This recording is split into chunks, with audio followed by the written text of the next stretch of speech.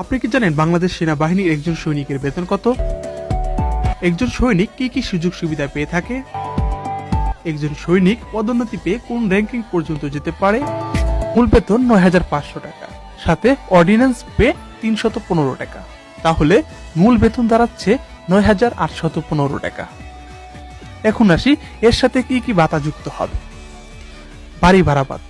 বাড়ি ভাড়া ভাতা মূল বেতনের 20%, অর্থাৎ ৯,৮১৫ টাকার 20%। ৯,৮১৫ টাকার 20% হচ্ছে ১,৯৬৩ টাকা।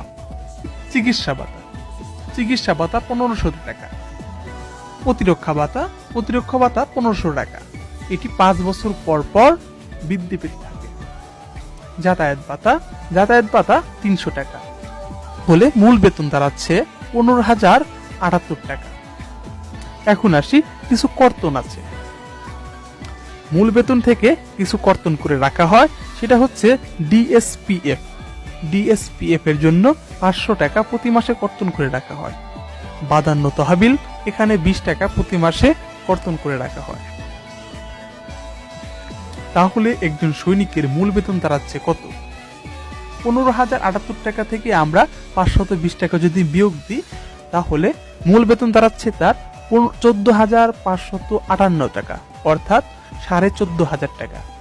একজন সৈনিক সর্বোচ্চ বেতন পেয়ে থাকে জয়েন করার সাথে সাথেই ১৪,৫৫৮ টাকা। এখন আসি যারা পাহাড়ে ডিউটি করে, অর্থাৎ পাহাড়ি অঞ্চলে যাদের ডিউটি করে তারা বেতন কত পায়।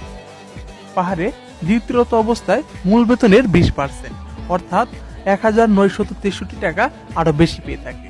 যারা সমতল অঞ্চলে চাকরি করে থাকে তাদের থেকে ১,৯৬৩ টাকা বেতন বেশি পেয়ে থাকে।